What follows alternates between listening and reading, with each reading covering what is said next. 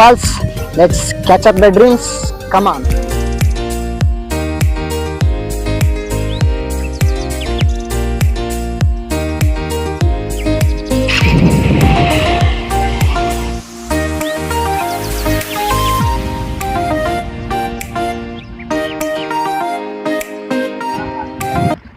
Be curious about the thrilling suspense.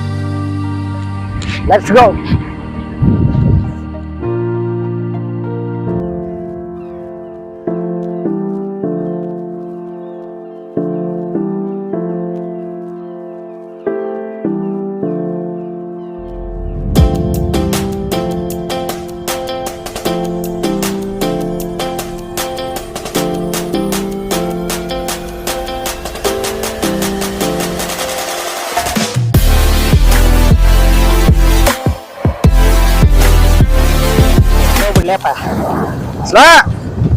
Slow ಬಿಡ್ತಾನ ಬಿಡ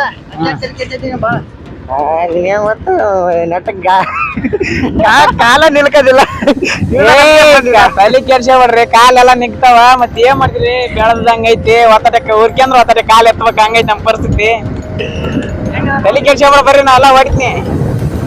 ಏನ್ ಮಾಡ್ತೀರಿ, ಈ ವಯಸ್ಸಿನಾಗ ನೋಡೋದ್ ನಮ್ದು ಇದು ಒಂಥರ ಆಸಕ್ತಿ ಜಾಸ್ತಿ. ಹಂಗಾಗಿ ಏಜ್ ಹಂಗೈತಿ ನಮ್ದು, ಏನ್ ಮಾಡಕ್ ಆಗಲ್ಲ, ನೋಡ್ಬೇಕು. ಹೌದಲ್ಲ ದೋಸ್ತ್ರ? ಮತ್ತೆ ಆರಾಮದಿಲ್ಲ. ಮತ್ತೆ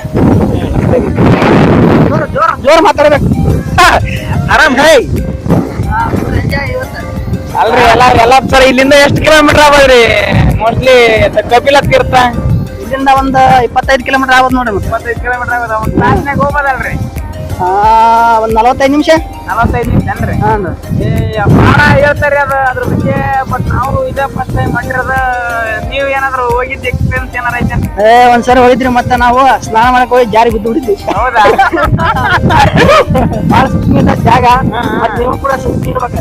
ನಾವು ಬಾಳ ಹುಷಾರಿ. ನಮ್ಮ ಅಪ್ಪ ನಮ್ಮ ಬಲು ಹುಷಾರಿ ಕೆಲ್ಸನ್ರಿ ನಮ್ಗ. ಹಂಗೇನಿಲ್ರಿ, ಸ್ವಲ್ಪ ನೀರ್ ಜಾಸ್ತಿ ಬರ್ತಲ್ಲ, ಹಂಗಾಗಿ ಅಲ್ಲಿ ಸ್ವಲ್ಪ ಹಂಗೆ ಸ್ವಲ್ಪ ಸಾಪ್ ಇರುತ್ತೆ. ಹೌದಾ? ಎಲ್ಲ ಕಲ್ಲು ನಾವು ನೋಡ್ಕೊಂಡ ಹೋಗ್ಬೇಕಲ್ಲ. ಇಲ್ರಿ, ಮತ್ತೆ ಮಳೆಗಾಲಕ್ಕೆ ಈಗ ನೀರಾದ ಪಾತ್ ಬಂದಿರ್ತ ಅನ್ಸುತ್ತ ಅಲ್ರಿ? ತುಂಬಾ ಚೆನ್ನಾಗಿರುತ್ತೆ. ಹೌದಲ್ರಿ? ಇಲ್ರಿ, ಅದು ನಮ್ಗೂ ಬಾಳ ಆಸೆ ಐತ್ರಿ ಅಲ್ಲಿ ಹೋಗ್ಬೇಕನ್ನದ. ನೀವು ಮತ್ತೆ ನಿಮ್ ಜಿಲ್ಲೆ, ನಿಮ್ ತಾಲೂಕ್ದಾರ ನಾವ್ ಪರಿಚಯದಾಗ ನಮ್ಗೂ ಬೆಟರ್ ಆತ್ ಬರ್ರಿ. ಹೋಗ್ಬಿಡನ್ರಿ ಬೆಟ್ಟೆಲ್ಲ. ಅವ್ರ ಏನ್ ಮಾತಾಡಕ್ಕಿಲ್ಲ, ಮುಂದ್ಲವ್ರ ಬಗ್ಗೆನೇ ಮಾತಾಡ್ಬೇಕು. ಮಾತಾಡಿದ್ರೆ ದೇವೇಗೌಡ ಇದ್ದಂಗ್ರಿ ಅವ್ರು. ಹೌದ್ರಿ? ಅವ್ರು ಫುಲ್ ಗಿಚ್ಚಿ ಬಿಡ್ರಿ. ಅದ್ ಹೇಳ್ತ ಬೇರೆ ಸ್ಮಾರ್ಟ್ ಇಲ್ಲ. ಗಾಡಿ ಹೊಡಿತೀರೋರು ಚಿಕ್ಕದಾದ್ರೆ ಕೀರ್ತಿ ದೊಡ್ಡದಿರೋದು. ನೋಡಕ್ ಕೀಟ ಐತೆ. ಸದ್ಯಕ್ಕೆ ಪಲ್ಸರ್ ಬಿಡಕ್ ಹಚ್ಚೈತೆ, ಬಿಟ್ರೆ ರೈಲ ಬಿಡುತ್ತೆ. ಅಷ್ಟೊಂದೇ ಆತ. ಏನ್ ಮಾಡ್ತೀರಿ ಮತ್ತೆ? ಬಾಯ್ದಾರ ಕಾಲದ. ನೆಕ್ಸ್ಟ್ ನಾವು ಹೋಗ್ತಾ ಇದ್ದೀವಿ ಹೊರಗೇರಿ ಗ್ರಾಮ.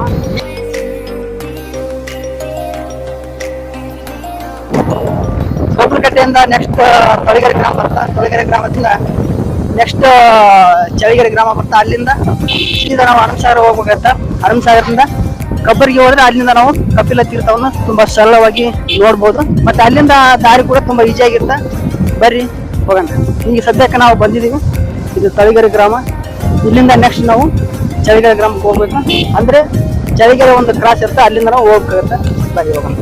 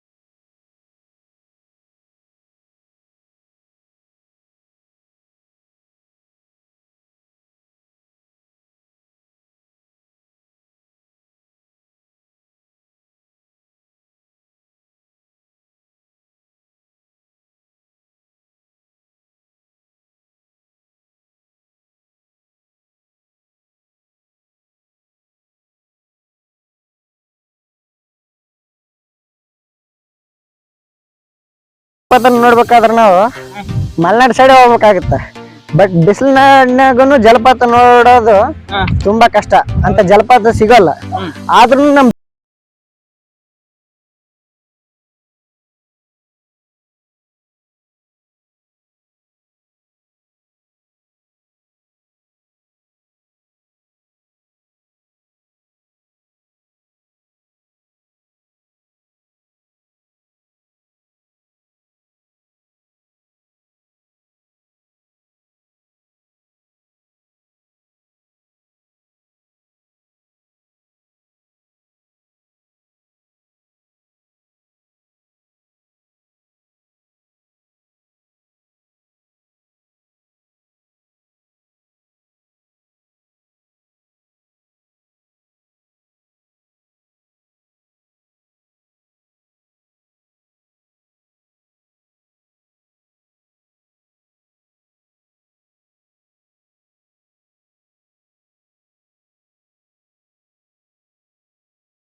ತೀರ್ಥ ಜಲಪಾತ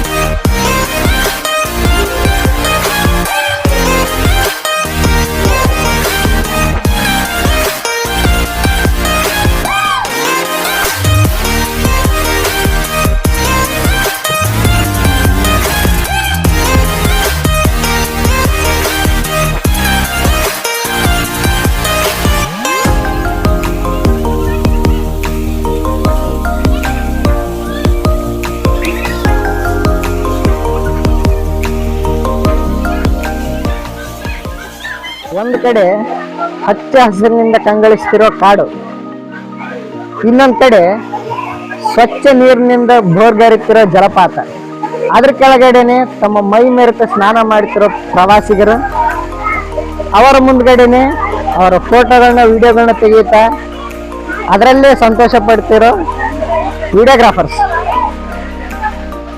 ನಾವು ಅದೇ ಗ್ರೂಪಿಗೆ ಸೇರಿದವರು.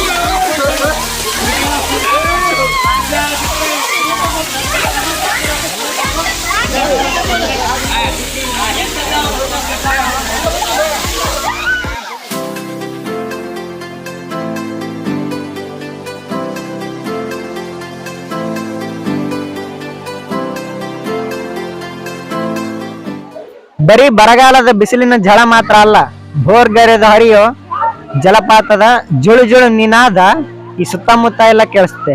ಅದೇ ಈ ಕಬ್ಬರ್ಗಿ ಜಲಪಾತ. ಒಂದು ವಾಕ್ಯ ನೀವು ಕೇಳಿರ್ತೀರ, ಯಾವಾಗ್ಲೂ ಸುಖ ಕೊಟ್ರೆ ಭಕ್ತರು ದೇವ್ರನ್ನ ನೆನೆಸ್ಕೊಳ್ಳಲ್ಲ ಅಂತ ದೇವ್ರು ಆಗಾಗ ಕಷ್ಟ ಕೊಡ್ತಿರ್ತಾನೆ. ಹಾಗೇನೆ ದೇವ್ರು ಕೂಡ ಡಿಮ್ಯಾಂಡ್ ತೋರಿಸ್ತಾನೆ, ಇನ್ನು ಪ್ರಕೃತಿ ತೋರಿಸುತ್ತೆ. ಯಾವ ತರ ಅಂದ್ರೆ ಈ ಒಂದು ಜಲಪಾತಕ್ಕೆ ಸಂಬಂಧಪಟ್ರೆ ಇದು ಬರೀ 20 ಅಡಿ ಇರೋ ಮಾತ್ರ ಜಲಪಾತ. ಇದು ಕೂಡ ವರ್ಷ ಪೂರ್ತಿ ಹರಿದೆ ಮಳೆಗಾಲದಲ್ಲಿ ಮಾತ್ರ ಹರಿಯುವಂತ ಒಂದು ಜಲಪಾತ. ಇದಕ್ಕೆ 2 ಹೆಸರುಗಳು, ಒಂದು ಕಬ್ಬರ್ಗಿ ಜಲಪಾತ, ಇನ್ನೊಂದು ಕಪಿಲ ತೀರ್ಥ ಜಲಪಾತ. ಕಬ್ಬರ್ಗಿ ಅನ್ನೋ ಹೆಸರು ಹತ್ರದಲ್ಲಿರೋ ಗ್ರಾಮದಿಂದ ಬಂದಿರೋದು.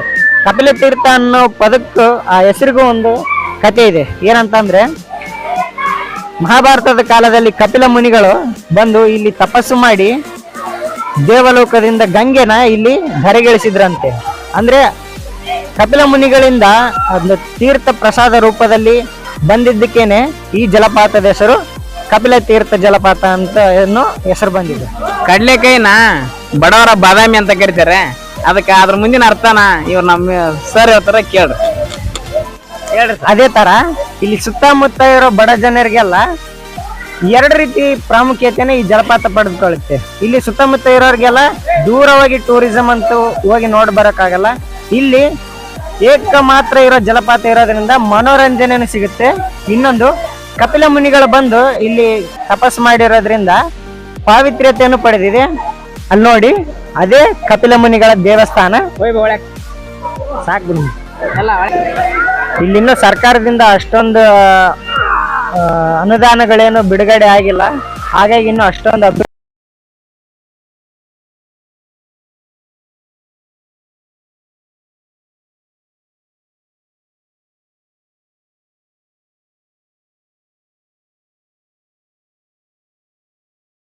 ಇಲ್ಲಿ ರೋಡಿನ ವ್ಯವಸ್ಥೆನೂ ಸರಿಯಾಗಿದ್ದಿದ್ದಿಲ್ಲ. ಯಾಕೆ ಸರಿಯಾಗಿದ್ದಿದ್ದಿಲ್ಲ ಅಂದ್ರೆ ಪ್ರವಾಸಿಗರು ಆ ಕಡೆ ಕಡೆಯಿಂದ ಬರ್ತಾರೆ, ಬಟ್ ಅಷ್ಟೊಂದು ಜನ ಬರ್ತಿರ್ಲಿಲ್ಲ. ಇದು ಸಂರಕ್ಷಿತ ಅರಣ್ಯ ಪ್ರದೇಶ ಆಗಿರೋದ್ರಿಂದ ಅರಣ್ಯಾಧಿಕಾರಿ ಇಲ್ಲಿ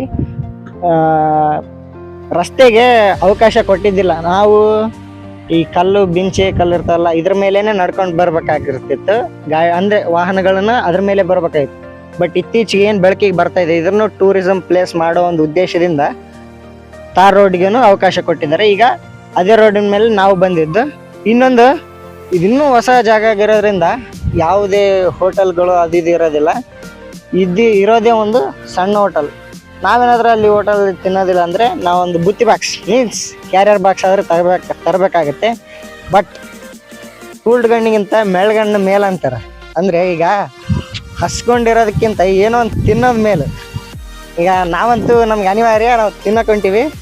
ನೀವು ಇಂಟರ್ವೆಲ್ ಅಂತ ತಿನ್ನಕ್ಕೆ ಹೋಗ್ಬೇಡ್ರಿ, ಬೇರೆ ತಿಮ್ಮನ್ರಿ.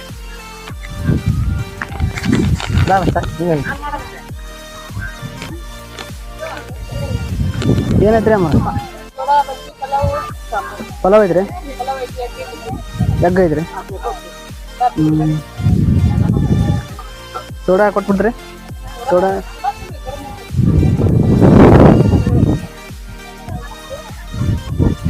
ಬರೀ ಮತ್ತೆ ಪಲಾವ್ ಐತಿ, ಪಲಾವ್ ತಿನ್ನನ್ರಿ. ಫ್ರೆಂಡ್ಸ್, ಇವತ್ತಿನ ಒಂದು ಬ್ಲಾಗ್ ವಿಡಿಯೋವನ್ನು ಇಲ್ಲಿಗೆ ಮುಕ್ತಾಯಗೊಳಿಸ್ತಾ ಇದ್ದೀವಿ. ಇವತ್ತಿನ ಈ ಒಂದು ಕಪಿಲ ತೀರ್ಥದ ಬ್ಲಾಗ್ ವಿಡಿಯೋ ನಿಮಗೆ ಇಷ್ಟ ಆಗಿದ್ದರೆ ಈ ಕೂಡಲೇ ವಿಡಿಯೋವನ್ನು ಲೈಕ್ ಮಾಡಿ, ಚಾನಲ್ಗೆ ಸಪೋರ್ಟ್ ಮಾಡಿ. ನಾಳೆ ಕೂಡ ನಾವು ಹೊಸ ಒಂದು ಬ್ಲಾಗ್ ವಿಡಿಯೋವನ್ನು ಮಾಡ್ತಾ ಇದ್ದೀವಿ. ಶ್ರೀ ಚಂದ್ರಲಿಂಗೇಶ್ವರ ದೇವಸ್ಥಾನದ ಬಗ್ಗೆ ಹೊಸ ಬ್ಲಾಗ್ ವಿಡಿಯೋ ಮಾಡ್ತಾ ಇದ್ದೀವಿ. ಈ ಒಂದು ವಿಡಿಯೋಗೆ ಯಾವ ರೀತಿ ನೀವು ಸಪೋರ್ಟ್ ಮಾಡಿದ್ರಿ ಅದೇ ರೀತಿ ಆ ಒಂದು ವಿಡಿಯೋ ಕೂಡ ಸಪೋರ್ಟ್ ಮಾಡಿ. ವಿಡಿಯೋವನ್ನು ತಪ್ಪದೆ ಲೈಕ್ ಮಾಡಿ, ವಿಡಿಯೋವನ್ನು ಸ್ಟಾರ್ಟಿಂಗಿಂದ ಎಂಡ್ವರೆಗೆ ನೋಡಿ, ಚಾನಲ್ಗೆ ಸಪೋರ್ಟ್ ಮಾಡಿ. ಯಾಕಂದರೆ ಚಾನಲ್ಗೆ ವಾಚ್ ಟೈಮ್ ಪ್ರಾಬ್ಲಮ್ ಇದೆ, ಅದಕ್ಕಾಗಿ ವಿಡಿಯೋವನ್ನು ಸ್ಟಾರ್ಟಿಂಗಿಂದ ಎಂಡ್ವರೆಗೆ ನೋಡಿ ಸಪೋರ್ಟ್ ಮಾಡಿ. ಹಾಗೆ ನೀವು ಈ ಒಂದು ಚಾನಲ್ಗೆ ಹೊಸಬರಾಗಿದ್ದರೆ ಚಾನಲ್ನು ಈ ಕೂಡಲೇ ಸಬ್ಸ್ಕ್ರೈಬ್ ಮಾಡ್ಕೊಳ್ಳಿ. ಹಾಗೆ ಪಕ್ಕದಲ್ಲಿ ಕಾಣೋ ಬೆಲ್ ಐಕಾನ್ ಕ್ಲಿಕ್ ಮಾಡಿಕೊಂಡು ಆಲ್ ಅನ್ನೋ ಆಪ್ಷನ್ಸನ್ನು ಕ್ಲಿಕ್ ಮಾಡ್ಕೊಳ್ಳೋದನ್ನು ಮರಿಬೇಡಿ. ಯಾಕಂದರೆ ನಾವು ಬ್ಲಾಗ್ ವಿಡಿಯೋ ಮತ್ತು ಎಡಿಟಿಂಗ್ ವಿಡಿಯೋ ಯಾವುದೇ ಒಂದು ವಿಡಿಯೋ ಹಾಕಿದರೆ ನಿಮ್ಮ ಒಂದು ಮೊಬೈಲಿಗೆ ನೋಟಿಫಿಕೇಶನ್ ಬರುತ್ತೆ. ಹಾಗಾಗಿ ವಿಡಿಯೋವನ್ನು ಈಜಾಗಿ ನಿಮ್ಮ ಒಂದು ಮೊಬೈಲಲ್ಲಿ ನೀವು ನೋಡ್ಕೊಳ್ಬೋದು. ವಿಡಿಯೋವನ್ನು ಸ್ಟಾರ್ಟಿಂಗಿಂದ ಎಂದವರೆಗೆ ನೋಡಿದ್ದಕ್ಕಾಗಿ ಧನ್ಯವಾದಗಳು. ಮತ್ತೆ ಮುಂದಿನ ವಿಡಿಯೋದಲ್ಲಿ ಸಿಗೋಣ.